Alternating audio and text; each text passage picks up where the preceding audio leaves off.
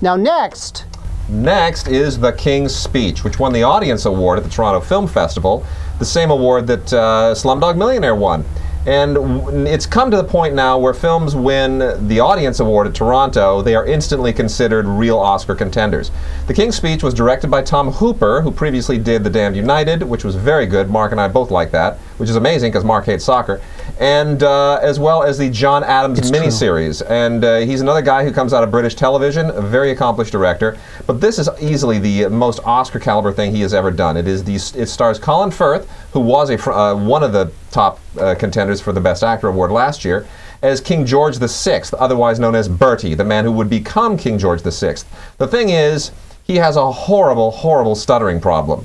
And as he is sitting there behind his brother, who is ahead of him in line for the throne, he's expected to do certain public things to try and wax up his credentials, his royal credentials, but he's petrified about talking in public. Let's see a scene. As far as I see it, my husband has mechanical difficulties with his speech. All right. You want mechanics? We need to relax your jaw muscles, strengthen your tongue. And you do have a flabby tummy, so we'll need to spend some time strengthening your diaphragm. Simple mechanics. Fine. Jack and Jill went up the hill. Went up the hill. Who put her in? Little Tommy Ted. Da! Ma! Ba! And up comes your Royal Highness. All right, Bertie. Yes. It's actually quite good fun. So that is Geoffrey Rush as the therapist, the Australian-born therapist, who, of course, becomes kind of the Henry Higgins or the miracle worker figure that gets him over the stuttering issues. Those are really the two analogies to use here. This is very much kind of like Pygmalion meets the miracle worker. And that, of course, is Helena Bonham Carter as the future King George VI wife, the future Queen of England. She also is in Harry Potter, a much more sinister part in Harry Potter. This is a terrific film. This is a wonderful film written by David Seidler, who had previously written Tucker, and who has a lot personally invested in the film because he himself overcame a stuttering problem. So writing this film was very much kind of as much about his own story as about the real story of King George VI.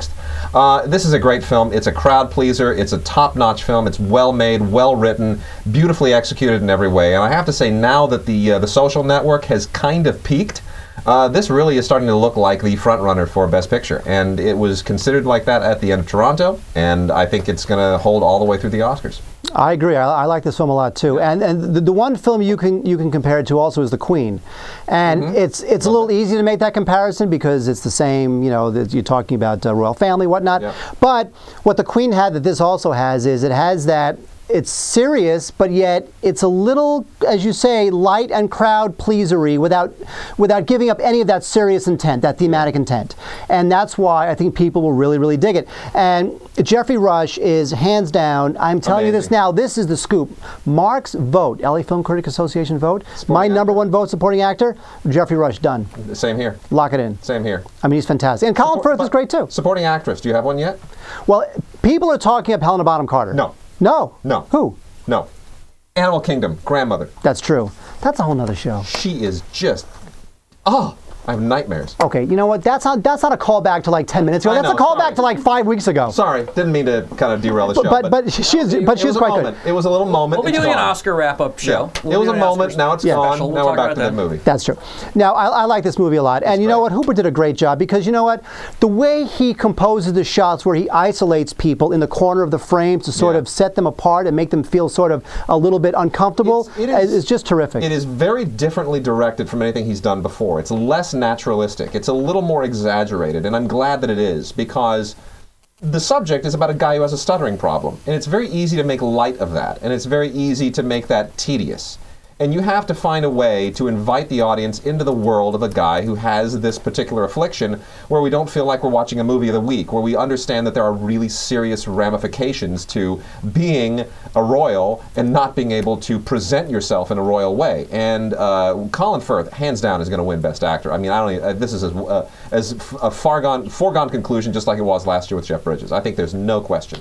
And what's great about it too, walk away with it. What's great about it too is that you're talking about a time that we never even really considered, which is that when radio began, you know, all of a sudden the royals had to actually be heard. Yeah. You know, they were never heard by the masses. And all of a sudden radio comes in, and you've got to not only be a royal and not only lead the country, but you've got to be able to be a communicator. You've got to win the public over with your voice. Well, we discovered a lot of that in the United States as well with FDR. You know, when FDR was wheelchair bound, no one knew it because he appeared on television and in newsreels only from, you know, only his torso. So there was a lot of that going on in the world at the time of radio and television and newsreels and movies, where suddenly public figures had to really tailor their presentation, their appearance, their voices, how they were photographed, how they were recorded.